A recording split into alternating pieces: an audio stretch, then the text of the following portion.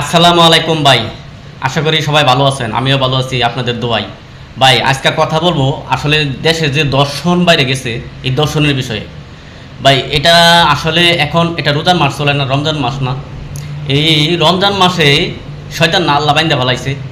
তো শয়তান যদি আল্লাহ বাইন্দা ফেলা, তাহলে এই রোজার মাসে যে দর্শন করতেছে এটি কোন শয়তানে করতেছে? তাহলে অবশ্যই এটা আপনার ধরে নিতে হইব যে মানুষ শয়তানের থেকে মানুষ বড় শয়তান। তাহলে এই শয়তানটা তো রাখা যায় না।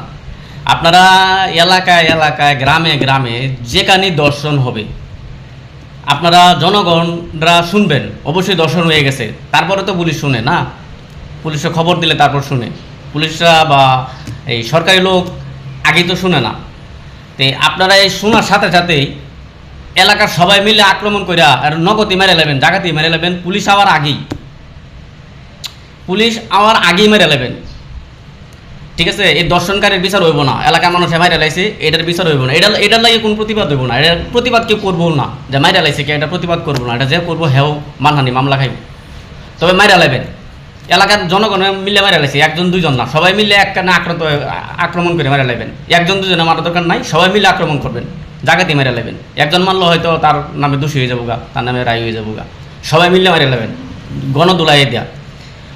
আর দেশে যেভাবে দর্শন বাড়তেছে, একটা সময় দর্শন একটা অ্যাভেলেবেল হয়ে যাবো মানুষের, মানে এটা আর কেউ মূল্যায়ন করবো না, কেবল যে এটা অ্যাভেলেবেল হইতেই আছে। ঠিক আছে, এখন আপনার ছেলে বড় হবে, আপনার মেয়ে বড় হবে, ঠিক আছে, আপনার মা বা ভাই বোন সবাই এগুলো দেখতেছে, একটা ইয়ে হয়ে গেছে গা। ভবিষ্যতে আপনারও মেয়ে হবে, তারও তো একটা নিরাপত্তা লাগবো। তে সবাই কিন্তু যখন মারা শুরু করব এলাকাতে দর্শন শুরু হওয়াতেই, এরপরে দেখবেন যে দর্শন করবো যাবো 100 বার ভাববো যে আমি যে এটা করবো, আমারও তো নগতি মারে লোক এলাকার মানুষে। তে অবশ্যই আপনারা দর্শন শোনা মাত্রই আপনারা এলাকার মানুষে অ্যাটাক করবেন, অ্যাটাক করে হেরা মেরে নেবেন, ওরা যে আক্রমণ করে মেরে নেবেন। এটার কোনো বিচার হইব না। ঠিক আছে, এটার বিচার হইব কেমনে? এলাকার মানুষের সবাই মিলে মেরে লেছে শেষ। এটা প্রত্যেকটা গ্রামে গ্রামে হইব।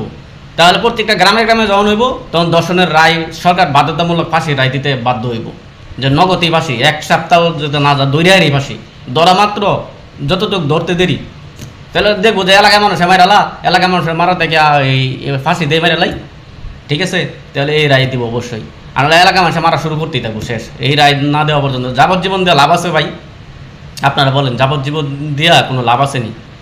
হ্যাঁ, 5 বছর সরকার ক্ষমতায় থাকবো, এক সরকারে নিব, 5 বছর রাখবো, এরপরে পরবর্তীতে আরেক সরকার আইব, ওই সরকারের যে ইয়ে আছে আপনার, এই অপরাধীর জেলে ভরা আছে, ঠিক আছে, সন্ত্রাসী মন্ত্রাসী যা আছে আপনার দর্শনকারী সব বাইর করে দিব। তবু এটি তো আমার আমলে ধরছে না, এটি বিএনপির আমলে ধরছে, তাহলে এটি আমার লোক, এটি বাইর করে দেবো। আবার আওয়ামী লীগের আমলে যখন ধরবো, তখন কেউ বিএনপিরা কইব যে এটি তো আমার লোক, এটি বাইর করে দেবো। ঠিক আছে, তো এইভাবেই দর্শন বাড়তেছে ভাই।